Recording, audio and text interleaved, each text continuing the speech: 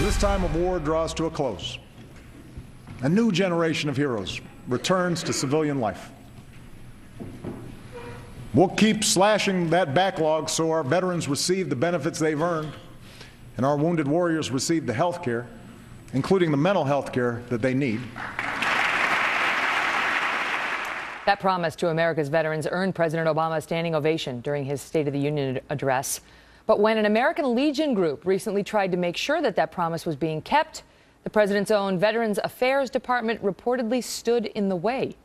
Pete Hegseth is an Iraq and Afghanistan war veteran and CEO of Concerned Veterans for America. Pete, good to see you. So the American Legion goes around to the various VAs to make sure what's happening with the benefits, where do they stand, how are the claims being processed, and what happened in Seattle? Correct. They went to Seattle with an action team to review the benefits process. It's something they've been doing for 15 years. The American Legion does it. And for whatever reason, they were obstructed. They were not willing to meet with the proper officials, review the proper paperwork, and they weren't able to do the work they've been doing for a long time. Now, Seattle's a department that's had some problems. They've got a wait time of over 300 days just to get a response. There's 25,000 veterans in Seattle waiting. And the Department of Veterans Affairs is desperate. They're overwhelmed. Their backs are against the wall. And I think they're pushing back and trying to prevent anyone that it would expose the fact that the backlog isn't getting better and they're still failing veterans. There was an email from that Seattle department from Allison Hickey, who's the undersecretary at the VA, who came right out and said, I cannot support these trips from the American Legion into the Seattle office. And we've got it right here, which says, I can't support these trips for now. So she didn't let them come in. The American Legion, which services vets, came out and said, this is outrageous. Like, this is exactly what we're supposed to be doing. And now Congress is saying, we're going to have a member of our team go with the American Legion every time they go to try to do their job and make sure these vets are being protected. It's come to this. I mean,